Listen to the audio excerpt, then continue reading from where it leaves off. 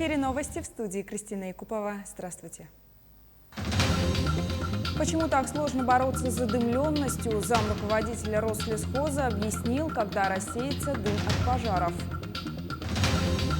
Глава Минздрава России Михаил Мурашко рассказал о порядке оформления медотвода от вакцинации от COVID-19. Мирнинцы приняли участие во всероссийской акции «Библия-ночь». На пожар на Ленские столбы вылетает заместитель руководителя Федерального агентства лесного хозяйства Александр Агафонов. Он объяснил, почему так часто именно там возникают сухие грозы из-за повышенного содержания железа в почве. Также он популярно объяснил журналистам, почему так сложно бороться именно с задымленностью. У нас 150 по условиям метеонаблюдений лет такой погоды в Якутии не было. Дефицит осадков колоссальнейший. Можно прямо сказать, что с конца апреля месяца осадки практически не выпадали. Они были крайне незначительные. Например, листва, лиственницы, иголки на 1 гектар 3-5 тонн в год. Это все опадает вниз. Условия вечной мерзлоты. Это успевает перегнивать? Нет. Подстилка в среднем 10-15 до 20 сантиметров. Пожар остановлен встречным отжигом. Пока вот это все не продымится по кромке, дым будет. Это данность, которая сегодня вот у нас здесь есть. Поэтому обращаюсь к гражданам. Понятно, что тяжелая ситуация, понятно, что сложная. Но делается все возможное, чтобы стабилизировать обстановку. Также заместитель руководителя Лесхоза России рассказал о том, что во время лесного пожара всегда внутри него остаются значительные участки несгоревшего леса. Их высчитывают уже позже, во время верификации, то есть обследования места лесного пожара. Соответственно, так и высчитывается площадь пожаров с учетом данной верификации. У нас часто транслируется площадь лесных пожаров. Площади мы не скрываем. И СДМ нам в помощь. Но вместе с тем, когда называются цифры 1000 гектар, 10 тысяч гектар, 100 тысяч гектар, люди думают, что это одномоментно полыхает. Но, во-первых, не полыхает, а горит, у нас все-таки не война сегодня. А пояснение в следующем. Вот пожар. Вот его распространение. Здесь уже ничего практически не горит. Горит вот эта кромка. Есть методика тушения ландшафтных пожаров, разработанная нашими отечественными учеными, которые высчитывают вот эту горящую кромку, разработана в 2015 году. Каждый может почитать и понять, что не вот это все горит, не 100 тысяч, не миллион, а горит конкретно вот здесь, по кромке. Людям надо это объяснять. Второй момент. Площадь, пройденная огнем, не равна площади погибшего леса. Почему? Есть законодательная база. Пожар потушен, проводится лесопатологическое обследование в установленные сроки. Специалисты понимают, о чем я говорю. И когда они его проводят, для этого есть временные рамки, они и определяют окончательную цифру, какой лес погиб. Например, если брать весенние пожары, еще раз повторяю, площади пройденной огнем никто не скрывает, менее 10% погибший лес.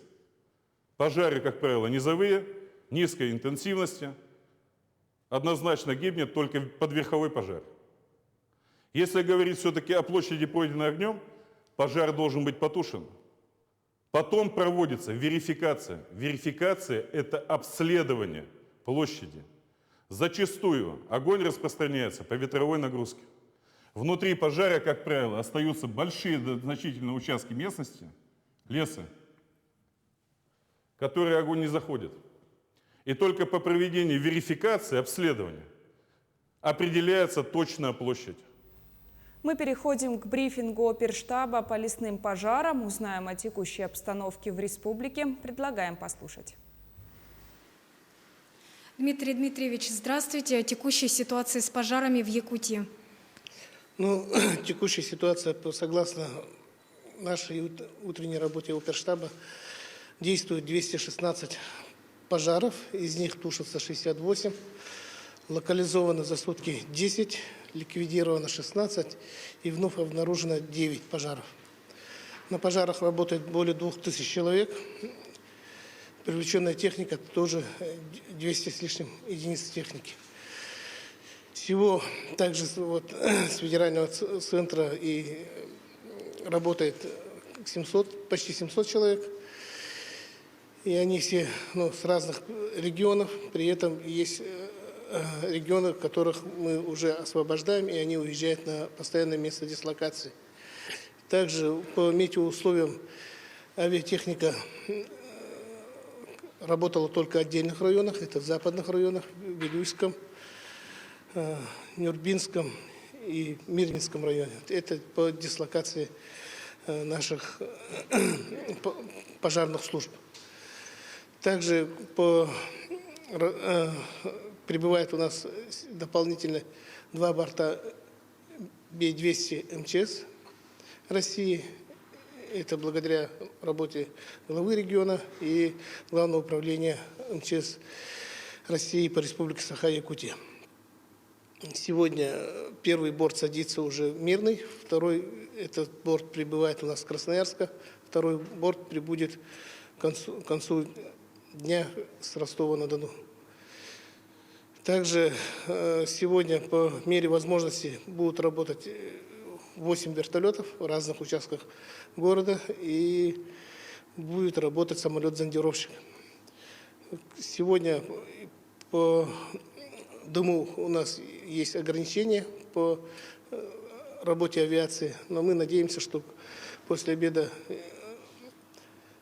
смена ветра будет, и у нас дым немного рассеется и позволит поднять борта с аэропорта города Якутска. Есть у оперштаба на особом контроле населенные пункты, которым угрожают пожары. Это Магарас горного района, Кептин горного района, Дикимдя горного района и Кемпенде Сунтарского и Намском районе Салбанса.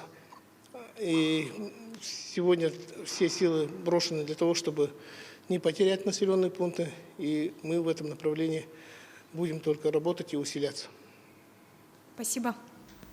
Это был брифинг оперативного штаба по лесным пожарам, а мы продолжаем. Синоптики прогнозируют осадки на западе Якутии сегодня и завтра. В центральный район региона осадки придут 23 июля. При этом синоптики отмечают, что ветер в центральных районах Якутска поменяется на юго-восточное направление 21 июля. По последним данным, дым от пожаров со стороны горного района в столицу республики принес северо-западный ветер. Задымленность также наблюдается в ряде районов Якутии. К другим темам. 10 миллионов заявлений подали родители для получения выплаты на детей школьного возраста. Подача на госуслугах началась 15 июля. В этом году многие родители смогли оформить выплату заранее по ссылке.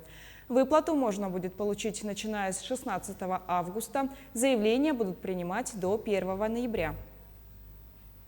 Решение о выдаче справки о наличии медицинского отвода от вакцинации принимают врачи медорганизации, где наблюдается пациент. Об этом сообщил министр здравоохранения Михаил Мурашко. Противопоказания могут быть как постоянными, так и временными. Справка выдается сроком до 30 дней с последующей консультацией у специалиста, выдавшего справку. Мурашко добавил, что исследования доказывают, что заболеваемость близких людей вакцинированного человека снижается минимум на треть. Кроме того, он напомнил, что при наличии противопоказаний должны соблюдаться все меры защиты. В Москве и Подмосковье с сегодняшнего дня отменена система обязательных QR-кодов для посещения заведений общественного питания. Об этом заявил мэр города Сергей Собянин. Мэр столицы отметил, что ранее введенные меры свою задачу выполнили. Ежедневный уровень заболеваемости коронавирусом снизился в 2 раза. По сообщению Собянина, за последний месяц первым компонентом вакцины «Спутник Ви» в Москве привились более 2 миллионов человек. Также мэр подчеркнул, что отмена обязательных QR-кодов не означает прекращение действия всех требований, введенных для борьбы с пандемией. В Мирном прошла всероссийская акция «Библионочь». Обычное мероприятие проводилось в апреле. Но из-за пандемии в алмазной столице сроки сдвинулись на 2 месяца. Формат мероприятия позволяет проводить его на свежем воздухе. И в преддверии Дня города и алмазодобывающей промышленности мирнинцы проходили квесты, играли в Элиас и слушали московскую поэтессу Крис Айвер. Анна Винокурова с места событий. Всероссийская акция «Библионочь» в этом году проводится в юбилейный 10-й раз. Впервые мероприятие прошло в 2011 году. Тогда принимали участие всего 90 городов России, а уже через 2 года в акцию включились более 2000 площадок по всей стране. Главная цель мероприятия – популяризация чтения. В прошлом году из-за пандемии COVID-19 «Библионочь» прошла в онлайн-формате. А нынче в алмазной столице «Библионочь» решили провести, несмотря на пандемию. И сейчас рядом со мной стоит ведущий специалист управления спорта, культуры города Мирного Ольга Шаванаева. Ольга, здравствуйте. Добрый вечер. Как в этом году проводится мероприятие «Библионочь»? Мы решили не изменять нашему традиционному формату, поменяв только место и сохранив традиционные площадки. То есть это в основном настольные игры, викторины, квест и любимый горожанами мастер-класс. Наши настольные игры, они все настроены на развитие у читателей способностей читать, анализировать и мыслить. Одна из главных игр – это Элиас, то есть когда нужно объяснять слова. Хорошо играют те люди, у которых отличный словарный запас, который можно расширить, как читая книги. Одна из новых игр в этом году – это Scrabble, то есть когда из буквок также составляют слова. Чем больше слов вы знаете, чем больше читаете, тем больше шансов у вас выиграть. А какие мероприятия для горожан сегодня еще проводятся? В рамках «Библионочи» у нас проводятся викторины, экспресс-викторины, у нас проводится квест, у нас проводится викторина по произведениям Кира Булычева, потому что в этом году еще юбилей нашему космическому движению, поэтому мы решили затронуть и писателей-фантастов, их произведения. Кроме того, скажем так, фишкой нашего вечера будет выступление гостей из Москвы. Это поэт и рок-музыкант Крис Айвер. Буквально скоро, вот через несколько минут, мы перейдем к ее выступлению. Нам предстоит творческий вечер со стихами, с музыкой, с разговорами о творчестве. Помимо всероссийской акции «Библионочь» в алмазной столице в День города и алмазодобывающей промышленности пройдут спортивные мероприятия, выставки и также концерт звезд якутской эстрады. Анна Винокурова, Кирилл Шолохов, телеканал «Алмазный край». На этом выпуск подошел к концу. Наши корреспонденты продолжают следить за развитием событий в республике и за ее пределами. Еще больше новостей на наших сайтах як24.ру и nvk-online.ru. Оставайтесь с нами, не переключайтесь.